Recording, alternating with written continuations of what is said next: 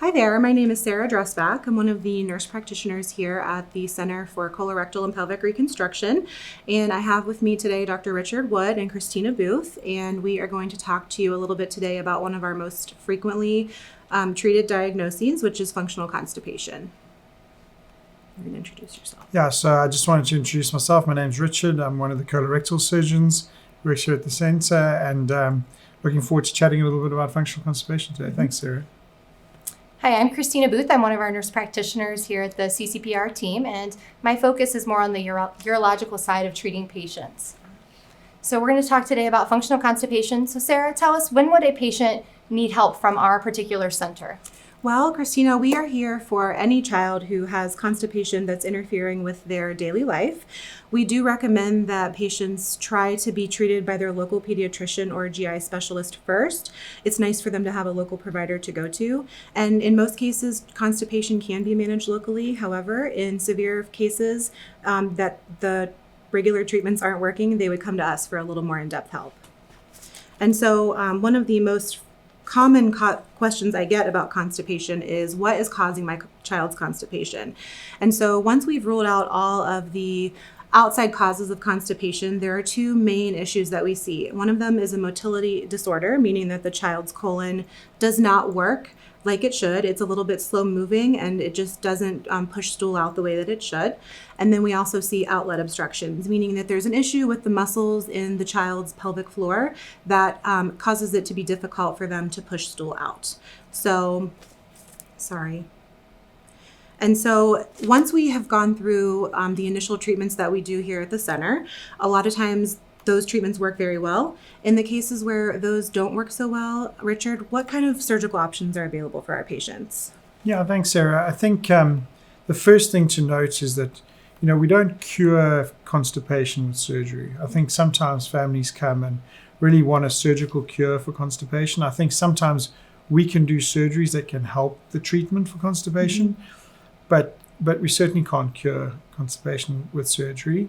I think there are a couple of components to the surgical care. One, sometimes kids need to be on enemas, and sometimes those enemas can be really difficult to give on a long-term basis rectally, because part of the problem is that kids are having this problem with outlet obstruction, as you said, and sometimes we can make that process worse by doing rectal enemas every day. And so sometimes kids respond well to what we call an antegrade enema. Okay. In other words, one going through the abdominal wall. And that can either be in the form of a cecostomy or a Malone appendicostomy. And we do both here surgically, and I think we try and match the surgery with the patient. So for some families, a cecostomy makes sense because they have a little device that they just connect. And that works best in kids who have some sensation issues and other things where they don't necessarily want to cath a Malone. And then other patients do really well with a Malone cath where they don't have to have any device on their skin and can go to school with no real marks on their skin. So those would be the two antegrade options. And then in very rare circumstances, we may have a situation where the patient's colon doesn't respond to any kind of medical treatment. And usually we'd make those decisions in conjunction with our motility team here. And we have a very strong motility group that we work with. And in those cases, sometimes we have to remove a portion of colon which doesn't contract well. And then we are able to get the Malone flush to work better. And long-term, hopefully get the patient off flushes and back onto laxatives once they're fully recovered from surgery. Okay, great. Thank you for that. And then a lot of times our children need a little more in-depth help than just one or two office visits or just one surgery. We often need to supply them with a good bit of support. And we do have a program here at the center, which is called our Bowel Management Boot Camp or Bowel Management Program. And it is a week-long program that allows the children and their families to have easy access to their providers, as well as our support staff and our psychosocial team and all the specialties. And it's a wonderful experience, and it allows children to often be clean and dry at the end of the bowel management program so that they can go to school and be confident and enjoy their life like any other child would. And as far as support that's available once you leave bowel management week, we have a great staff of nurses and nurse practitioners, as well as the surgeons. Sometimes it feels a little bit scary when you leave our bowel management week because you've had such in-depth love from us all week, and then you go home and you're not sure how you're going to make this work at home. We get phone calls and emails every day from patients, and we are very responsive to those because we know this is a very stressful experience for patients and their families. We also have wonderful psychosocial staff who can make referrals locally and find resources to help people afford their medications and get the help they need at home as well. And so also, Christina, I know that a lot of my patients who have functional constipation also have some urinary issues. Can you talk a little bit about how functional constipation affects urinary systems as well? Absolutely.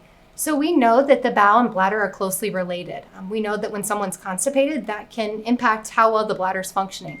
The most common things that I see from the urology side would be things like urinary urgency, urinary frequency, so rushing off to the bathroom, going to the bathroom, really often. Urinary incontinence, so pee accidents. Really, from the urological side of things, we don't jump to treating those things right away because, again, we know that if we treat the poop and we treat the constipation, that sometimes those urinary symptoms get better. So oftentimes what we do is we have our urology team integrated into our colorectal team, and we will follow these patients. Once bowel management is complete, we know that they're doing well from a bowel standpoint. Then if they continue with their urinary symptoms, the urology team will get involved. And at that point, things that we might do would be things like a baseline kidney bladder ultrasound to just check the kidneys, make sure that the urinary system overall looks healthy. We check to see how are they emptying their bladder, those types of things. And then that's when the urology team becomes more integrated into their care and can help manage the urinary symptoms. Okay, thank you. I think that is all for our talk on functional constipation. Thank you so much for watching. It was wonderful to meet all of you. And if you'd like to learn more about our center, please visit us at www.nationwidechildrens.org/CCPR. Thank you, Sarah. Thanks.